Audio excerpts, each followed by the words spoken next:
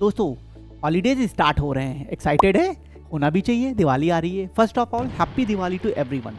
दोस्तों एंजॉय करिएगा, पटाखे छुड़ाइएगा बट सेफली, हर चीज़ का ध्यान रखते हुए। पर बच्चों क्या इन हम हॉलीडेज़ को अपनी प्रिपरेशन के लिए भी यूटिलाइज कर सकते हैं? जो एंट्रेंस एग्जाम की जो बच्चे प्रिपरेशन कर रहे हैं इन दिवाली हॉलीडेज़ को, क्या हम उसके लिए भी कुछ यूटिलाइज कर सकते हैं, कुछ अच्छा कर सकते हैं उसमें? आइए देखते हैं इस वीडियो में। बच्चों यहाँ मैं आपके साथ दो अलग अलग केसेस को डिस्कस करूंगा और बिलीव करें आप इन दो केसेस में से किसी ना किसी में जरूर फिट बैठ रहे होंगे। इन केसेस के हिसाब से मैं आपको बताऊंगा कि कैसे इन हॉलीडेज़ को मैक्सिमम यूटिलाइज कर सकते हैं अपनी प्रिपरेशन के लिए। आइए स्टार्ट करते हैं। Case number 1।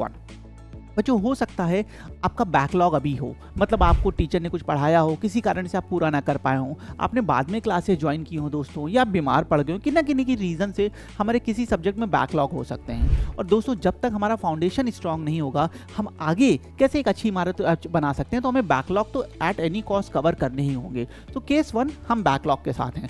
मैं मान लेता हूँ मैथ सब्जेक्ट में आपके 3 टॉपिक बाकी हैं जो बैकलॉग में, जो आप कवर नहीं कर पाए किसी रीज़न से।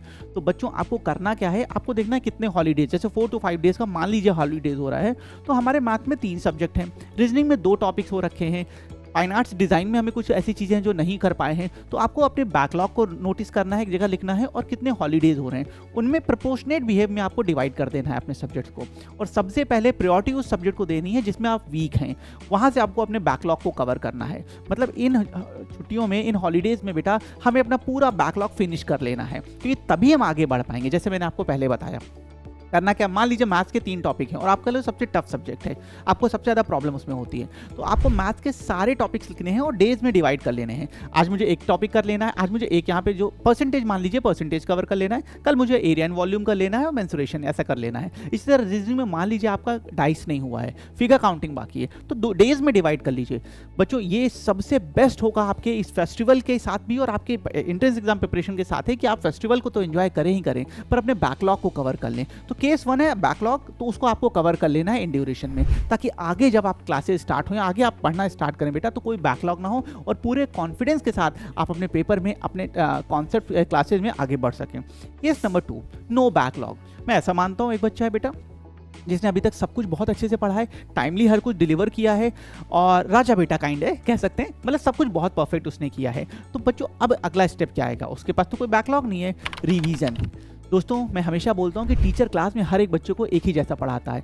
एक ये प्रैक्टिस है बेटा, एक रिवीजन है जो आपको एक नॉर्मल स्टूडेंट को और एक टॉपर स्टूडेंट को डिफरेंशिएट करता है, क्योंकि हम जितनी बार जिस चीज़ की प्रैक्टिस करते हैं उतना बेटा हमारा कॉन्फिडेंस तो बढ़ता है, साथ ही साथ हम अपने ह्यूमन एरर्स जो हम नॉर्मली करते हैं 2 into 2 4 की बजाय 5 हो गया, हम उनसे बच पाते हैं बच्चों। तो आपको डेज में जितना आज तक आपने पढ़ा है, जैसे आपके सब्जेक्ट मैथ हैं, इंग्लिश है, रीजनिंग है, डिज़ाइन है, जो आपके सब्जेक्ट्स हैं बेटा, आज तक आपको टीचर ने जितना पढ़ाया है आपको सारी चीज़ें कवर कर लेनी है। करना कैसे है?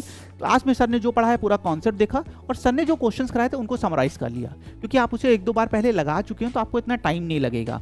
टॉपिक कैसे करना है? कॉन्सेप्ट देखा, सर के क्लास के क्वेश्चंस हो गए और 3 से 4 या कुछ क्वेश्चन जो आपको टॉपिक में बाहर के सोर्सेज से करते समय क्वेश्चंस अच्छे लगे हों।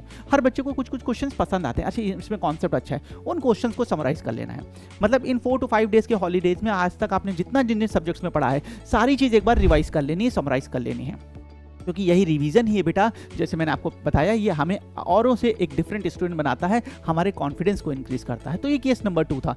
आप इन दोनों में से किसी ना किसी केस में आ रहे होंगे बच्चों, इसके थ्रू ही हम मैक्सिमम यूटिलाइज कर सकते हैं। बच्चों यहाँ एक चीज़ और पॉइंट है जो हमें नोटिस करना चाहिए। देखिए फेस्टिवल तो एंजॉय करना ही करना है, कोई उसमें वो नहीं है बच्चों, हर तरीके से, लेकिन हमें एंट्रेंस एग्जाम प्रिपरेशन का टाइम दोबारा नहीं मिलेगा। ये साल फेस्टिवल या बेटा हॉलीडेज तो हमेशा आते रहेंगे लाइफ में, लेकिन क्या एंट्रेंस एग्जाम, ये प्रिपरेशन का जो टाइम है ये हमें दोबारा मिलेगा? नहीं मिलेगा। तो यहाँ पे चूक नहीं होनी चाहिए, हर चीज़ करेंगे, एंजॉय करेंगे, सेलिब्रेट करेंगे, लेकिन अपनी पढ़ाई को, अपने एंट्रेंस एग्जाम प्रिपरेशन के इंपॉर्टेंस को माइंड में रखते हुए। और ये बेस्ट टाइम है मैं बच्चों, अगर आपको समराइज करना है, रिवीजन करना है, तो आपको छुट्टियाँ मिल रही है, एक बार सारी चीज़ें समराइज कर लीजिए ताकि माइंड में अच्छे से इंटैक्ट हो जाए।